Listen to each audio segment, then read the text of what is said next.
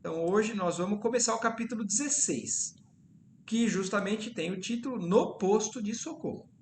Então a informação que a gente tem é que não é um posto de socorro só. O Campo da Paz é provavelmente uma colônia espiritual ali naquela região, mas tem vários locais à distância, eu acho que da colônia central, que são os postos de socorro. E agora nós vamos entender um pouco o que é esse posto de socorro, que é uma área, o próprio nome, o nome diz, né? No meio do umbral, no meio de uma região onde vivem muitos espíritos sofredores, é como se fosse um posto de socorro mesmo, de saúde, como aqui na cidade, quando você tem um problema, quando você quer uma ajuda, você procura um posto de socorro, né? E lá é mais ou menos isso. Mas a primeira coisa que eles informaram para a gente é que ele se apresenta na forma de um grande castelo, iluminado no meio daquele local onde muitas trevas tinham. Então começa o capítulo dizendo assim: deslumbrava a minha visão do castelo soberbo. Então não era um castelo qualquer, não um pequeno castelo ou um castelinho. Era um castelo que deixava o André Luiz ali deslumbrado com a visão que ele estava tendo naquele local, né? Num plano onde ele mesmo falou no capítulo anterior, eu não imaginava que existiam tantas coisas assim entre o plano do nosso lar e a crosta terrestre. E ele ainda segue descrevendo: incapaz de exprimir a admiração que me dominava, acompanhei Aniceto em silêncio. Com grande surpresa, entretanto, verifiquei que a construção magnífica não se mantinha sem defesa. Então, olha que coisa também interessante da gente observar e entender. É um castelo e que existia ali naquele castelo uma certa defesa para que os habitantes ali, sofredores daquela região, ou às vezes a gente sabe que no umbral não existem só os sofredores que são inocentes, não é inocente que eu quero dizer, os sofredores que não podem, acabam não prejudicando ou não levando prejuízo de intenção de prejudicar ninguém, mas existem aqueles que podem se aproveitar de alguma situação e que são os intencionalmente voltados ao mal. A gente sabe que é por algum tempo, isso não é eterno, mas existem aqueles que são revoltados muitas vezes com a providência divina, porque algumas coisas podem ter acontecido na vida deles, e então eles muitas vezes têm a intenção de prejudicar esse local. Então, mesmo no plano espiritual, mesmo ali no umbral, apesar de existir a providência divina, existe uma necessidade de defesa a alguns desses sofredores que são os mais ignorantes ou desviados ali, né, que poderiam prejudicar aquele local. Então é o que ele fala. Ele verificou que essa construção magnífica não se mantinha sem defesa, quer dizer, ela tinha um mecanismo de defesa. Cercavam-na pesados muros numa extensão que meus olhos não conseguiam abranger. Então, olha isso, né? Muros gigantes, muros que ele não conseguia identificar onde eles terminavam. Então, aquilo era limitante para aqueles que queriam ser socorridos e para os que ficavam para fora que poderiam querer prejudicar. Tudo bem até aí, gente? Vamos seguindo aí. Qualquer coisa vocês perguntam. Quem imaginasse uma tal instituição localizada nas zonas invisíveis dificilmente conceberia contrafortes daquela natureza. Quer dizer, é difícil qualquer um de nós imaginar, né, que algo desse tipo possa existir ali no plano espiritual. A noção de céu e de inferno, fundamente arraigada na mente popular, não deixa perceber que os homens, de modo geral, não se modificam com a morte física. Quer dizer, a gente está acostumado a achar ou a acreditar que a gente, no mundo espiritual, tudo se transforma de maneira milagrosa, né? Então, que as coisas não se modificam ali com a morte física, que como uma troca de residência, como ele fala, né? Não significa mudança de personalidade para a criatura comum. Quer dizer, explicando para a gente que o fato da gente mudar de local onde a gente está vivendo, ou no mundo encarnado, ou no mundo espiritual, não faz com que a gente mude de personalidade. Não faz com que, como ele já descreveu em outros locais, né? Ele usa um termo assim: o homem não é promovido a anjo de repente, só porque ele desencarnou. Então nós vamos continuar exatamente do mesmo jeito do lado de lá, que a gente conseguiu conquistar até agora aqui na Terra. A diferença é que as ilusões se cessam, né? Então o que a gente não entende muito bem, o que a gente não enxerga muito bem, quando a gente perde o corpo físico, tudo fica mais claro. Então as ilusões se cessam. O André Luiz descreve isso também nos livros mais para frente.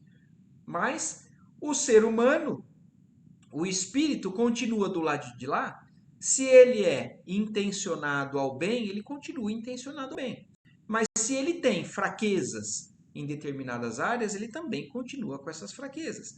Do mesmo jeito que o espírito, que ele é mal intencionado, ou todo o tempo da encarnação dele na Terra é destinado a um tipo de atitude, a um tipo de assunto, a um tipo de pensamento, do lado de lá continua igual. Ele só mudou de lugar. É como ele falou, ele só mudou de casa. Mas a personalidade da criatura continua igual. Então, por isso que existem ainda do lado de lá muitos seres ainda querendo prejudicar. Muitos seres ainda revoltados com algumas coisas da providência divina.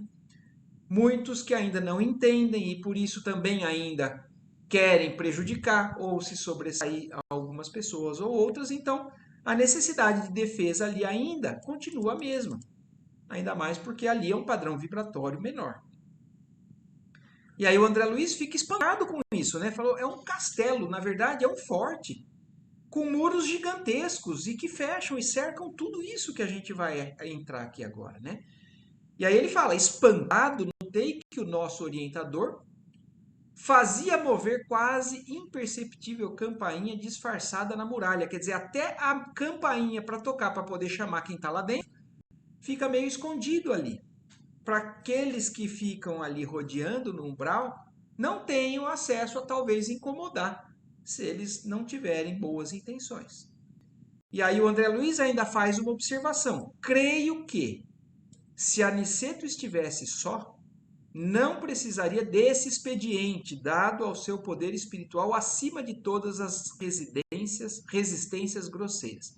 Então, o que ele está falando aqui é o seguinte: o Aniceto procurou a campainha, escondida na muralha, tocou a campainha, mas o André Luiz, já entendendo muito, né, do que eles estão vivenciando, ele falou: se ele tivesse sozinho, ele muito provavelmente não precisaria disso. Então, toda essa muralha para o Aniceto não seria um impedimento.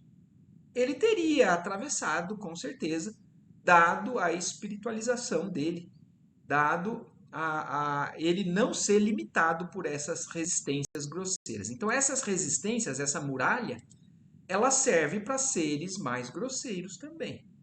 Então, aqueles de vibração inferior não conseguem passar, mas aqueles de vibração superior atravessam, chegam e vão a qualquer momento, da maneira que eles querem. Mas, no entanto, o Aniceto estava tocando a campainha. Estávamos em sua companhia e, mais uma vez, ele quis igualar-se a nós, por fidalguia de tratamento. Então, do mesmo jeito que ele pediu para eles apagarem um pouco a luz, para não poder ofender a inferioridade daqueles que ali moravam, ele também ali, com o André Luiz e com o Vicente, ele não quis fazer eles se sentirem mal, podendo atravessar a muralha e indo abrir a porta pelo outro lado para eles que não podem ainda fazer isso. E olha o que ele fala, né? A conclusão do André Luiz, na verdade, é uma observação, que é já um mandamento daqueles que são mais elevados espiritualmente. Ocultar a própria glória é do código de bom tom nas sociedades espirituais nobres e santas.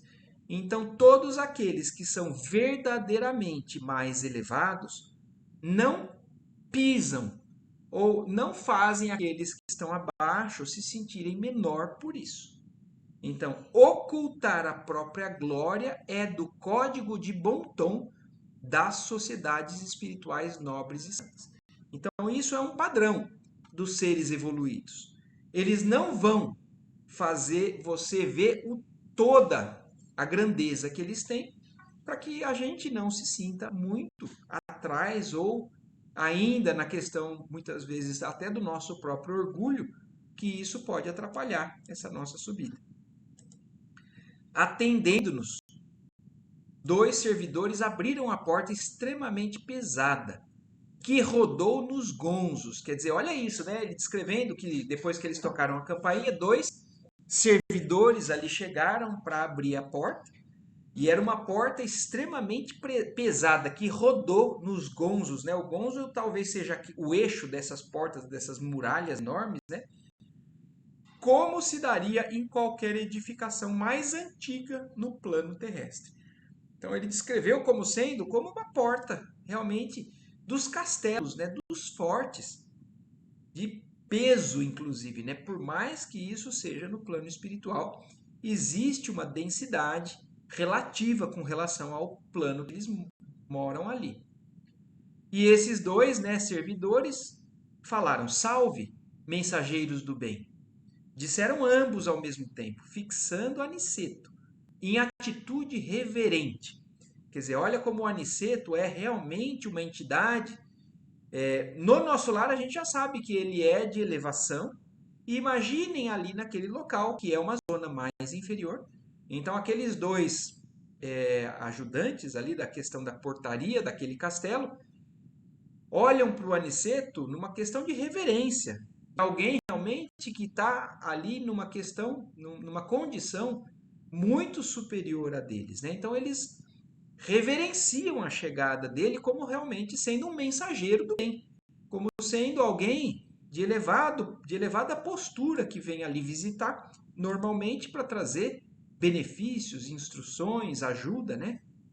Apesar do posto ser de socorro para aqueles que moram no umbral, o Aniceto ali funciona como uma entidade que socorre, que leva o auxílio, um amparo a todos eles.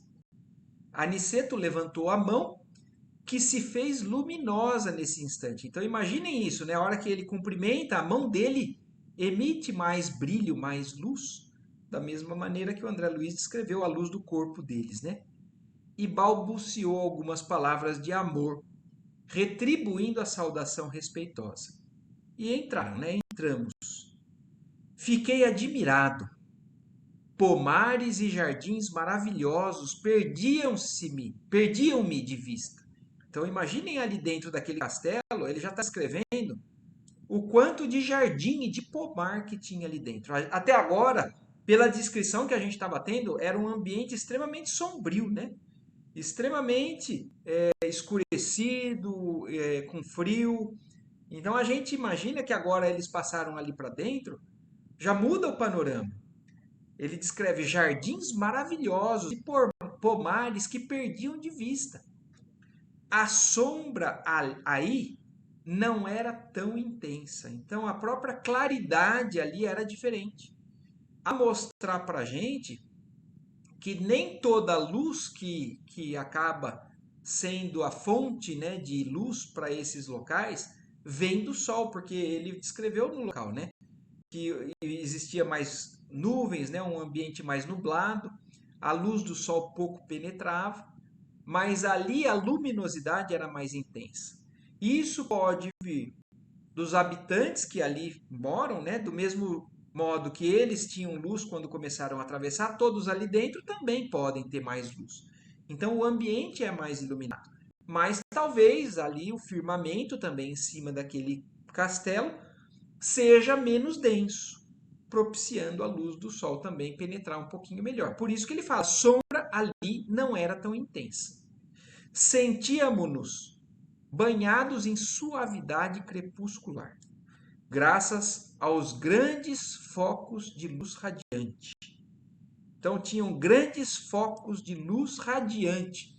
Ele só não descreve de onde exatamente vem isso.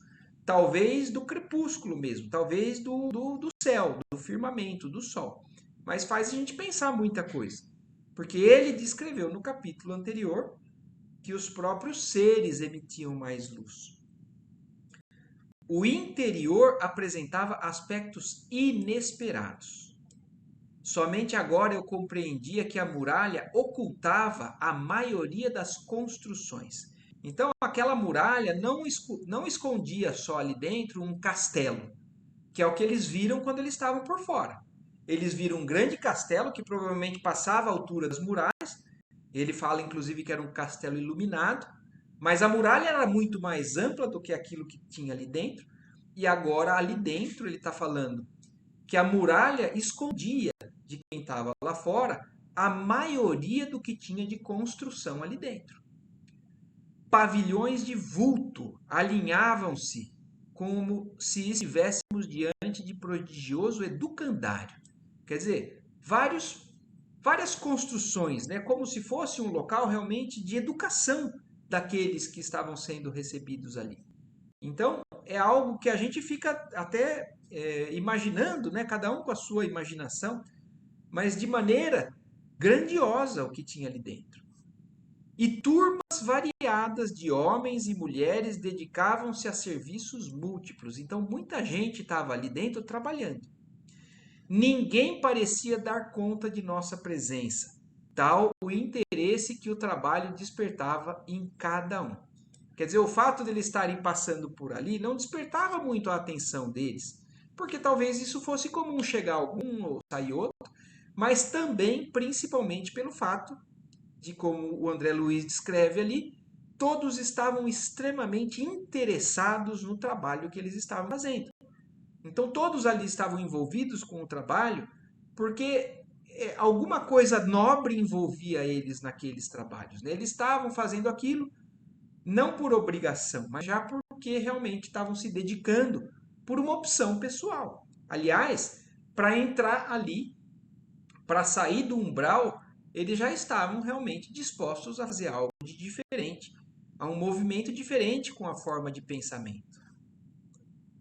Acompanhávamos Aniceto através das numerosas fileiras de árvores senhoris que se assemelhavam a carvalhos antiquíssimos.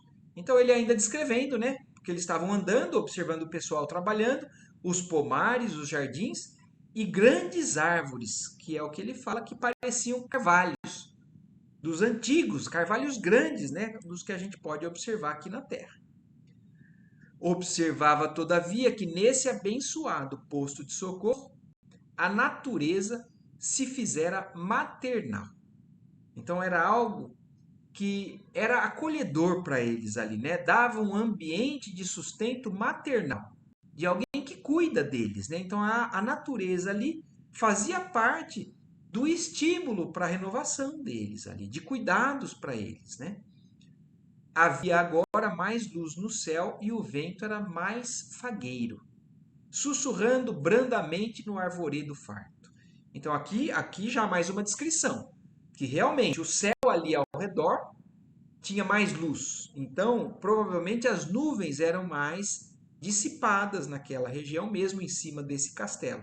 Não só do castelo, de todas as construções que tinham ali dentro desse posto de socorro. E o vento também, menos intenso, mais agradável, né, a eles todos. Sussurrando brandamente no arvoredo farto, como ele fala. O bondoso instrutor, notando a nossa admiração, esclareceu. Então, o Aniceto, eles estavam quietinhos, só observando, pensando, mas o Aniceto, percebendo, né, essa admiração deles, esclarece para eles. Essa paz que vocês estão presenciando aqui, né, porque mudou o padrão totalmente da onde eles estavam ali para fora do muro, que eles mesmo estavam falando, o ambiente não era agradável ali onde eles estavam atravessando. Mas a paz que o Aniceto está chamando a atenção, que eles estão percebendo ali dentro, esta paz reflete o estado mental dos que vivem neste pouso de assistência fraterna. Eu não sei se vocês se lembram, no nosso lar também a mãe do Lísias, a senhora Laura, naquele capítulo que ela vai lá fora com ele, né? Ela fala isso para ele. Ela fala que existe um compromisso dos habitantes do nosso lar em não emitirem pensamentos de negativismo, pensamentos sombrios. E isso é o suficiente para manter o equilíbrio, a harmonia, a sintonia nessa paz que eles estão ali percebendo. Então, a paz que eles estavam presenciando ali é reflexo da soma do estado mental de todos que moram ali dentro. Do mesmo jeito que saindo dali, o estado mental dos que estão lá fora é outro completamente diferente. E é o que ele descreveu também. Nós estamos atravessando uma zona de conflitos mentais muito grandes, o que nada mais é do que o umbral. Então, o umbral ele é uma zona que ela é uma sintonia da nossa faixa mental, quando a gente desencarna. E ali dentro eles encontraram como se fosse um oásis, um ambiente extremamente acolhedor no meio de um deserto. Então, é um posto de socorro mesmo. Um posto onde as pessoas conseguem recarregar energias, serem socorridas, ganharem o sustento do espírito, da alma, para poder renovar, né? Para poder seguir um novo caminho diferente daquele ali do umbral. E aí, então, ele segue falando: aqui vocês estão presenciando a paz mental daqueles que vivem ali. Mas ele volta a falar do que estava ali fora. Acabamos de atravessar uma zona de grandes conflitos espirituais que vocês ainda não podem perceber. Quer dizer, apesar deles sentirem a vibração mais densa, mais ruim, difícil, eles não conseguem perceber a realidade do conflito espiritual que é ali. O Aniceto já percebe isso, né? Então, eles têm um pouquinho mais de percepção, até porque eles receberam um tratamento antes de sair ali do nosso lar. Né? Vocês lembram que eles foram ali nos mensageiros, receber uma dose de tratamento, né, de fluidificação, que iria ampliar a forma de visão e de audição deles, mas ainda assim eles não conseguem abarcar tudo aquilo que é aquela zona realmente. E o Aniceto, sim. Que aí ele fala que vocês ainda não podem perceber.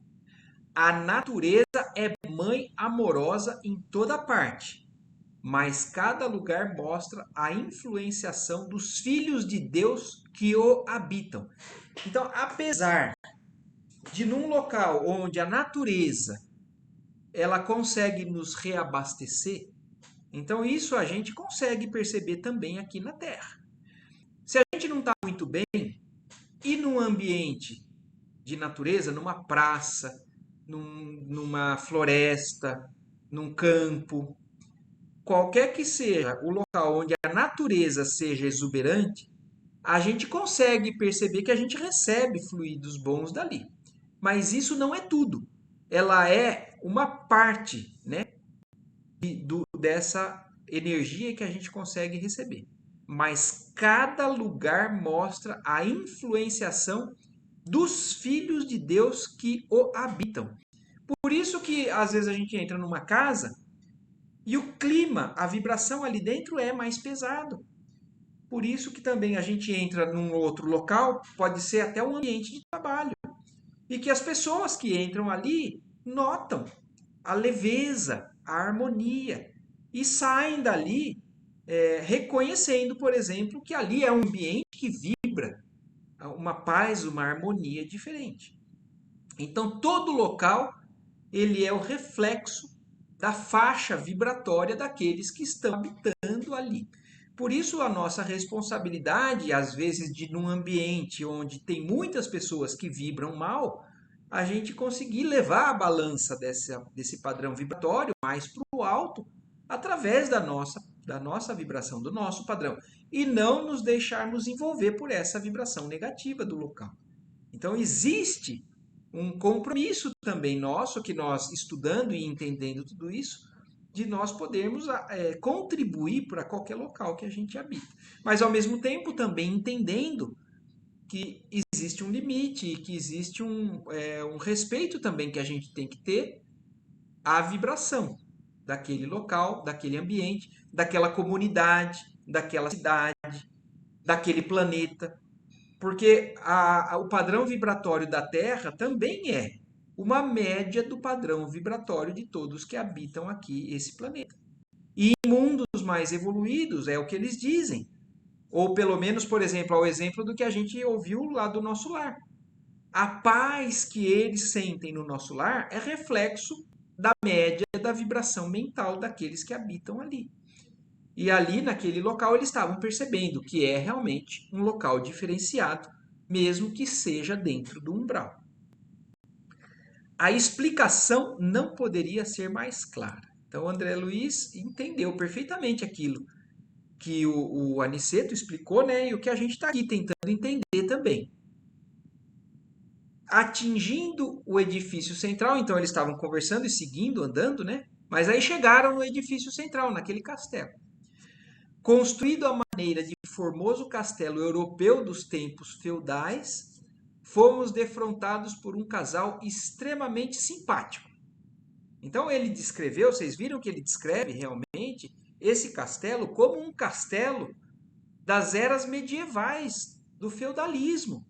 Se a gente procurar uma foto, um desenho ou uma ilustração desses castelos dessas épocas da Europa, é exatamente o que eles estão descrevendo, que eles estão entrando ali, naquele posto de socorro.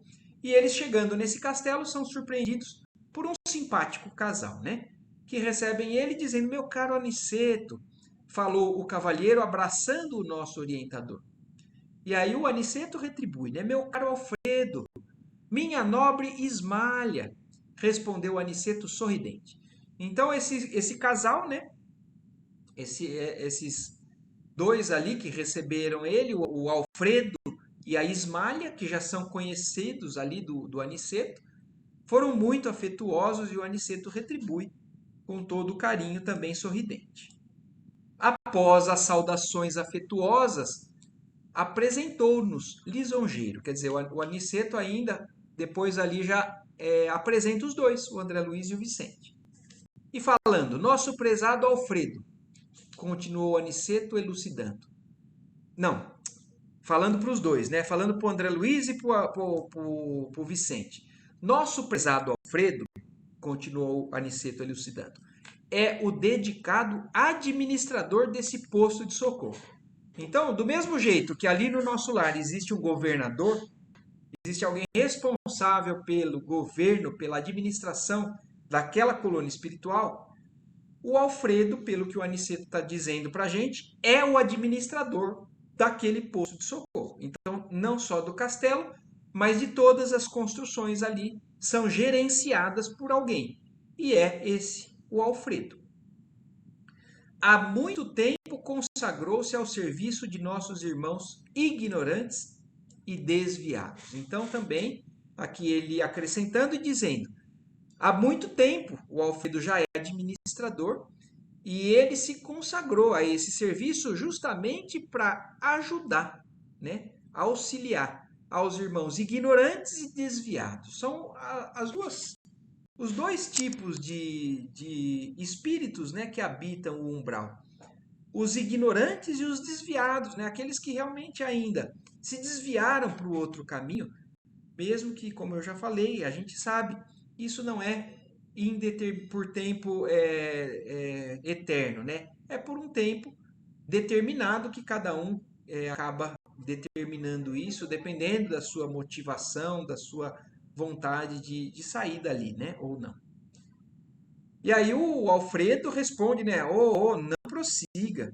Então aquela velha postura que a gente tem se deparado várias vezes deles, né? Eles não se sentem extremamente orgulhosos das posições que eles alcançam, né? Todos eles, apesar de estarem em posição mais elevada, eles sabem que também ainda são muito pequeninos perante ao que eles têm que caminhar. E é o que ele falou, não prossiga, revidou o apresentado como a fugir a referências elogiosas. Então, ninguém ali quer nada que fique massageando o próprio ego, né? Não quer, não se acha demais. E ele mesmo já foge, por favor. E aí ele falou: consagrei-me simplesmente ao dever. Eu sei que eu estou fazendo aqui o meu dever perante a tudo que eu tenho que fazer, a providência divina, ao que a sua própria consciência lhe cobra.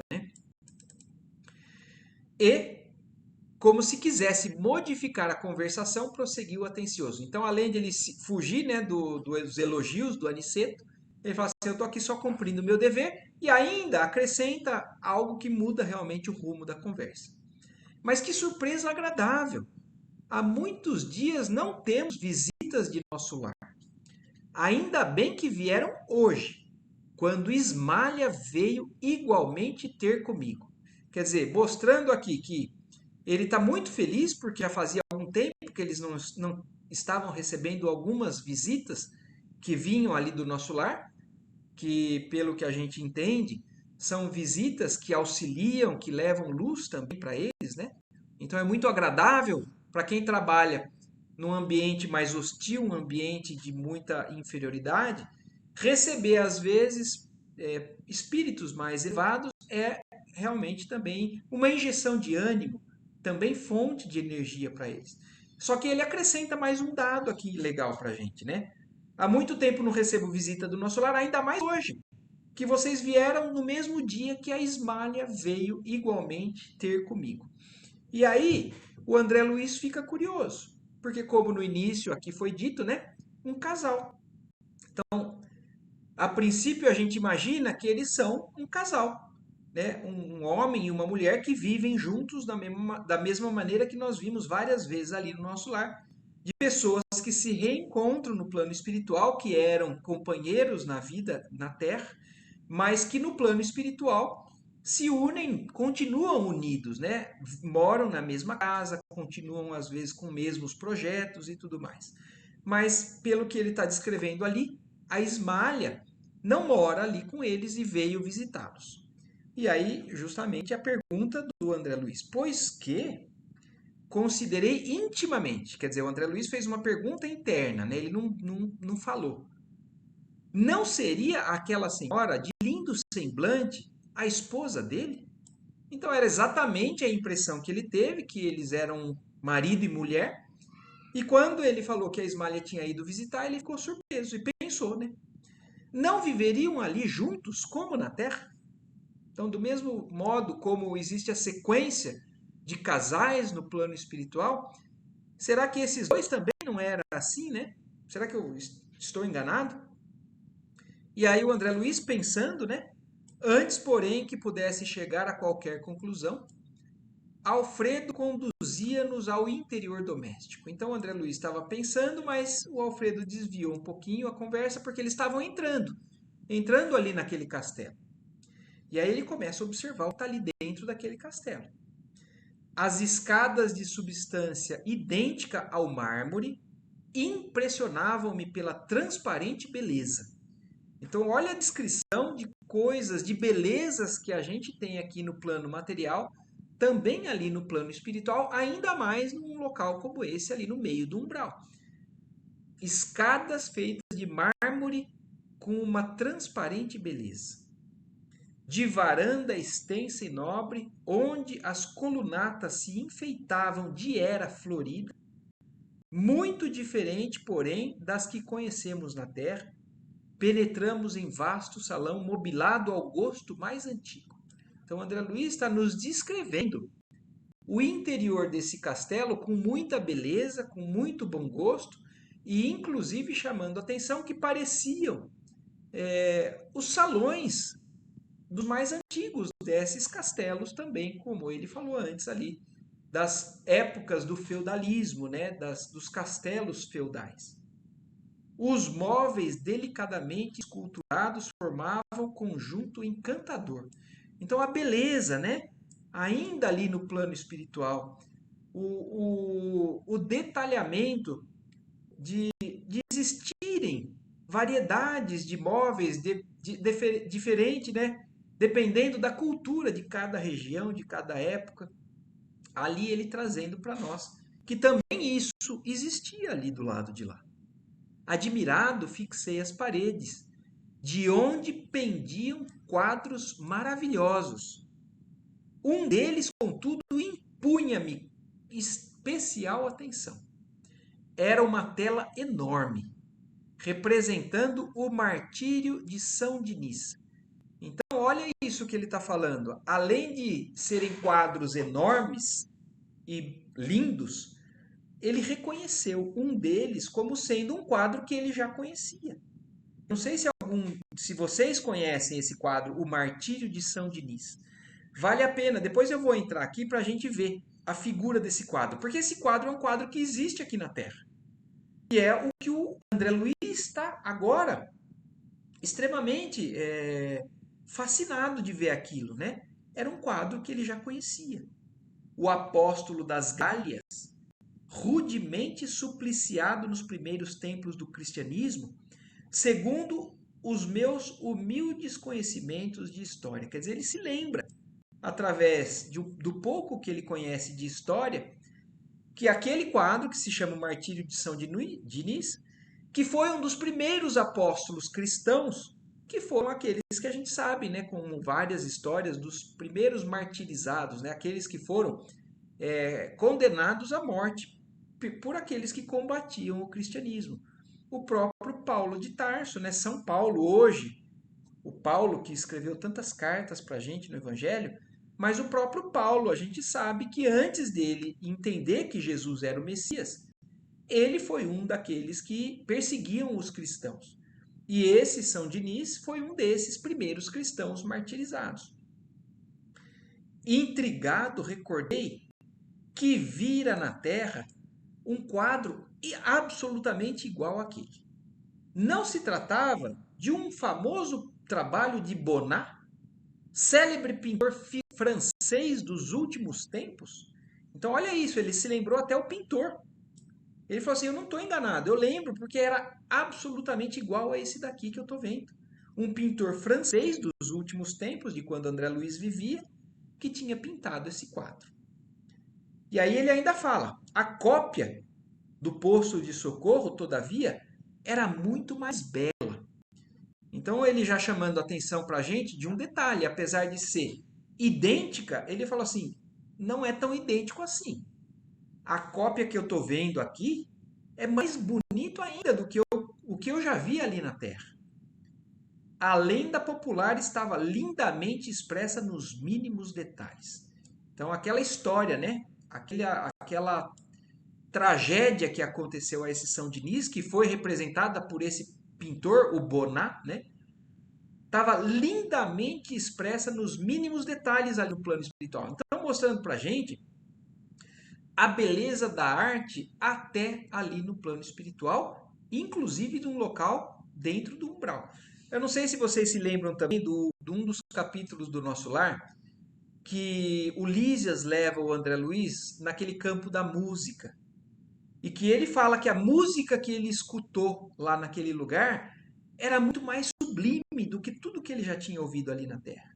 Ele também descreve naquele capítulo que existem grupos que ouvem músicas de outros estilos, né, que ainda não são tão elevadas, caracterizando ao estágio de cada um, mas que ali no centro do campo da música, a música, a arte da música ali era muito mais elevada do que qualquer coisa que ele já tinha ouvido aqui na Terra. E aqui é a mesma coisa agora falando na questão da arte, da pintura. Então era uma cópia, como ele está descrevendo, do que ele viu na Terra, mas muito mais bela, expressa nos mínimos detalhes ali no posto de socorro do plano espiritual. O glorioso apóstolo, seminu, com a cabeça decepada. Então olha isso, São Dinis foi decepado, né? Foi cortada a cabeça de São Dinis, e é o que representa esse quadro, depois a gente vai ver aqui. Ele seminu com a cabeça decepada, o tronco aureolado de intensa luz. Então olha isso, né? Também como os espíritos, os pintores também conseguem representar o que é a realidade do que a gente está ouvindo, né? E aprendendo aqui através desses livros.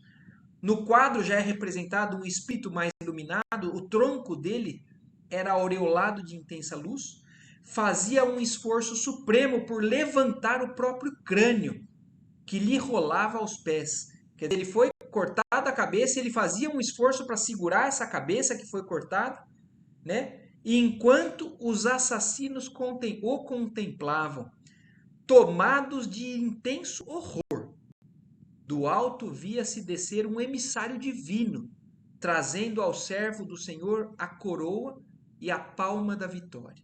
Então, olha isso. Um quadro que a gente acha que é uma simples descrição qualquer, né? Uma simples intuição ou talvez inspiração de um pintor, na verdade está representando uma passagem realmente que aconteceu a esse São Diniz, que pelo que a gente está entendendo é exatamente o que aconteceu. Alguém que se elevou muito por seguir o Cristo, que foi condenado e morto, mas que aqueles que mataram estavam tomados de horror, porque ele emitia luz e vinha do céu o socorro. Então vinha um servo do Senhor trazendo uma coroa e a palma da vitória ao São Diniz, que foi esse apóstolo glorioso ali no quadro. Então essa é a descrição do que é o quadro. Deixa eu até ver, deixa eu antes da gente partir para a próxima. Olha aqui, ó, para vocês entenderem. Olha o quadro.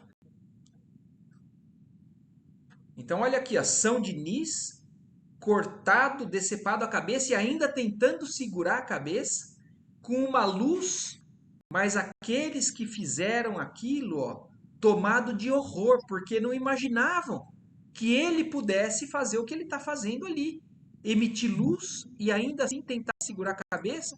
E olha aqui, ó, um emissário de Deus segurando uma coroa e uma palma da vitória para aquele que tinha. Então, um exemplo claro do que Jesus fala, né? Para muitos que triunfam aqui na terra, muitas vezes não alcançam a glória de Deus. Mas para aqueles que não alcançam a glória dos homens, são aqueles que alcançam a glória de Deus. O exemplo, então, esse quadro sublime, que é o que o próprio André Luiz está descrevendo, que ele está vendo lá no poço de socorro. É exatamente uma passagem como essa. Uma passagem de uma coroação e de um benefício daquele que sofreu aqui na terra, que foi condenado, mas que do lado de lá, com certeza, vai habitar mundos muito superiores. Então, esse é o quadro, né, o Martírio de São Diniz, que está representado aqui e que é representado por esse Bonnat, né, que é pintado por esse pintor francês, o Bonnat. Então, aqui, só porque foi descrito, né? Então, é o que está falando aqui sobre a descrição do quadro, né? Mas aí, depois que ele descreve o quadro, ele fala: havia, porém, naquela cópia profunda luminosidade, como se cada pincelada contivesse movimento e vida. Então, ele está descrevendo que não é igual ao que ele viu na Terra. Aquele quadro, aquela obra que ele estava vendo, parecia que tinha luz. Parecia que cada pincelada tinha movimento e vida. Eu não sei, me dá a impressão que parecia até se mexer, né? Uma obra viva, como ele fala, né? E aí, olha o que os espíritos ali que moram ali, né? O próprio Alfredo fala. Observando minha admiração, Alfredo falou sorrindo. Quantos nos visitam pela primeira vez estimam a contemplação desta cópia soberba? Então, falando que não é só o André Luiz que está admirando isso.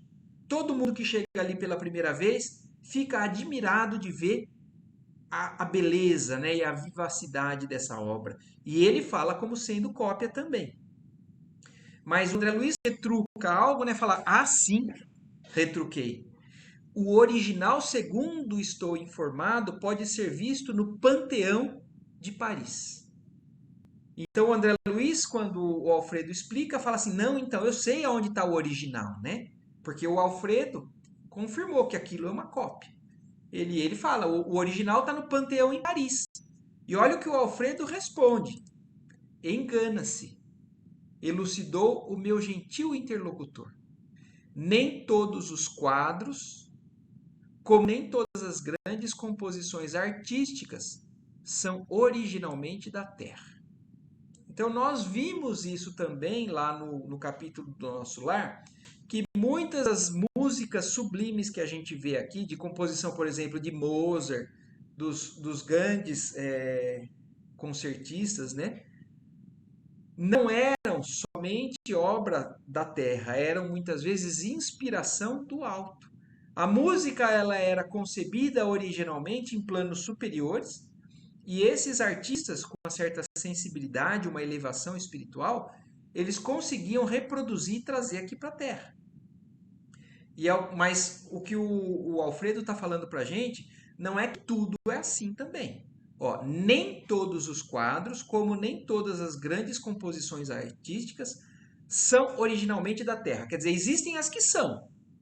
Então não quer dizer que tudo vem do plano espiritual primeiro para depois na Terra. Existe sim uma inspiração e uma composição, às vezes, de seres que estão encarnados. E é o que ele fala aqui, ó. É certo que devemos muitas criações sublimes à celebração humana. Mas, neste caso, o assunto é mais transcendente. Temos aqui a história real dessa tela magnífica.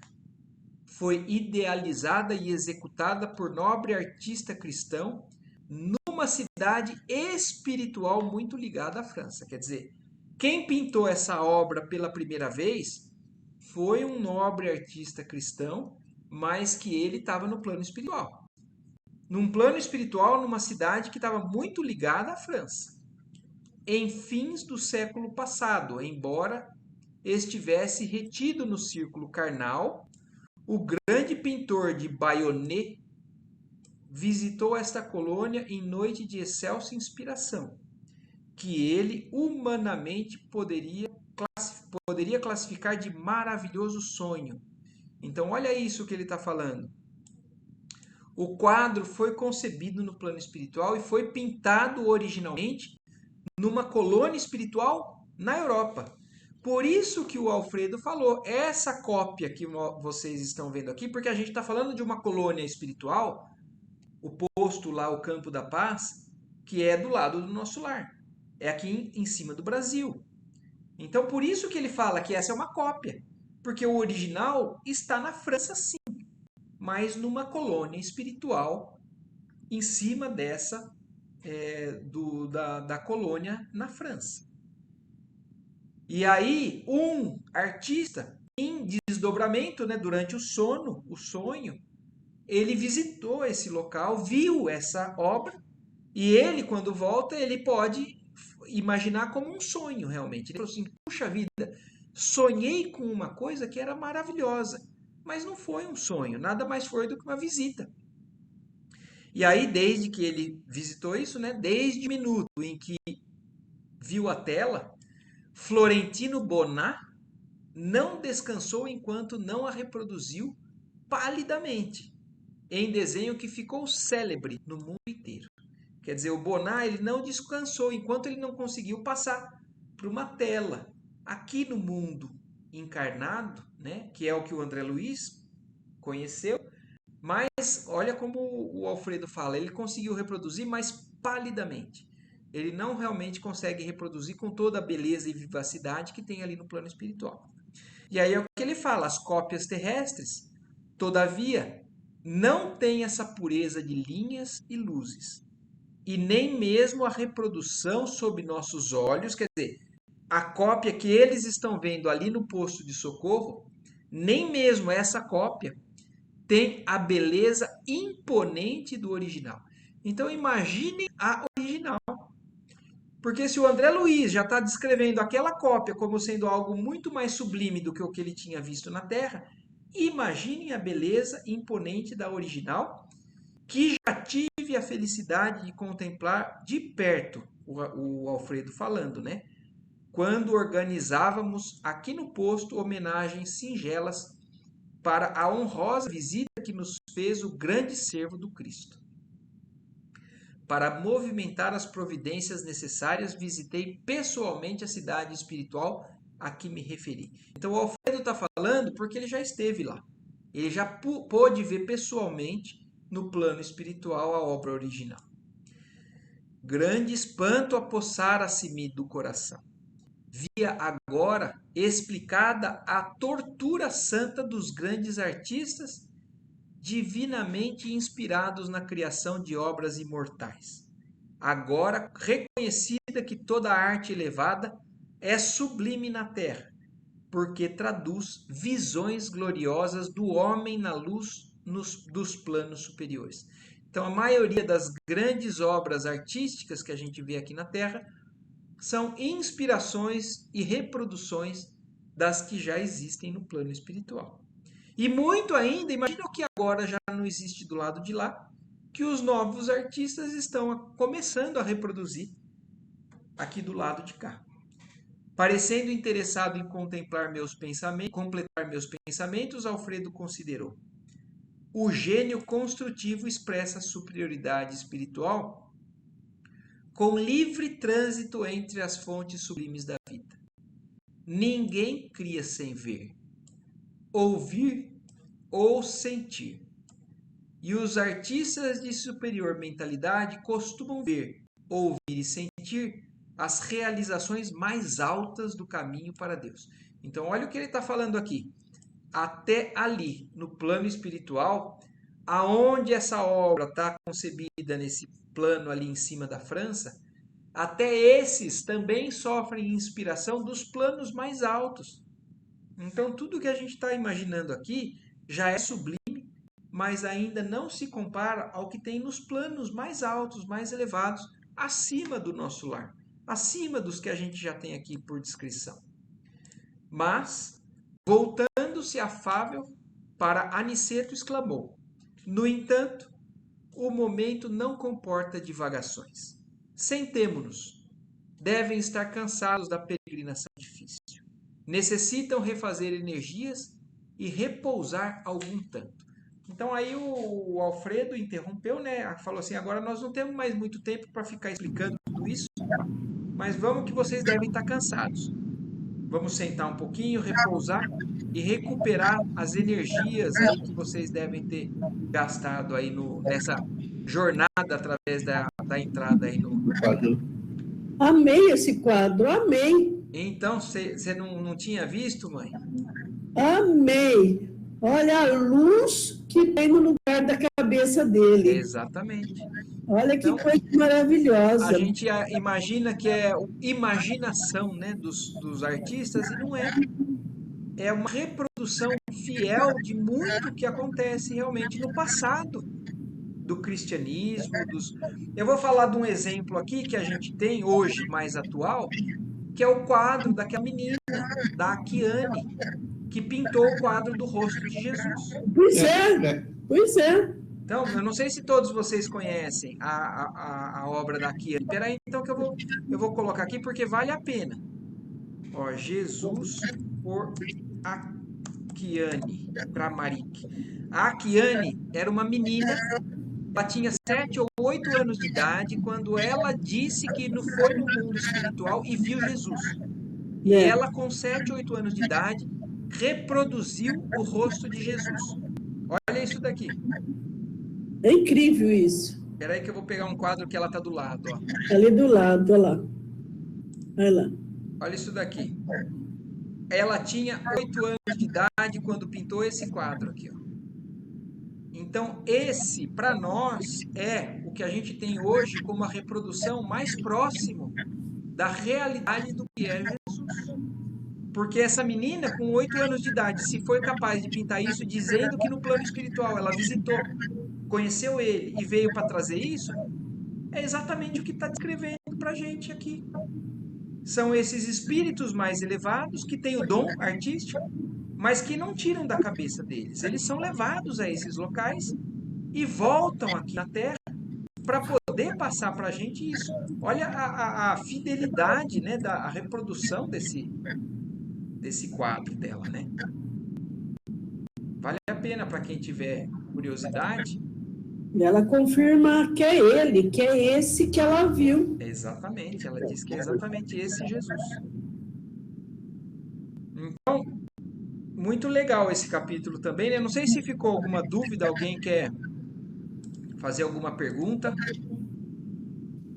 Sabe, eles estavam comentando esse dia, eu vou tentar ver o nome do livro, Ah, de museus que tem lá no plano espiritual, não vou lembrar o nome do livro agora, em que você vivencia, por exemplo, o Sermão da Montanha, como se verdade, você cara. estivesse naquele ambiente, como se fosse uma holografia aqui, mais ou menos, só que de uma maneira muito mais apurada, muito mais nítida. E eu Imagina vou só. perguntar o nome do livro e depois eu vou passar para vocês, mas diz que é algo assim sensacional. Imagina você vivenciar um sermão de Cristo. Nossa, eu acho que No muda, museu, no muda mundo completamente a vida de espiritual. qualquer um, né? É. Mas, ô, cara, então depois compartilha realmente pra gente no grupo, então. Compartilho sim, eu vou ver isso amanhã e eu coloco para vocês. Tá. E aí, o resto da turma, alguma dúvida? Nada, muito bonito foi. Então tá bom. Então esse foi o Muito lindo. capítulo 16º, capítulo 16. E aí semana que vem nós já vamos pro 17, Certo. certo? Certinho. Então boa noite a todos. Obrigado Boa aí noite, mais uma vez gente. pela Boa noite. Tchau para presença. todos. Boa Boa noite, boa semana. noite a todos. Até o Boa nosso lar semana. para quem Boa vai. semana. Boa noite, boa semana a Boa todos. noite. Boa semana. Tchau.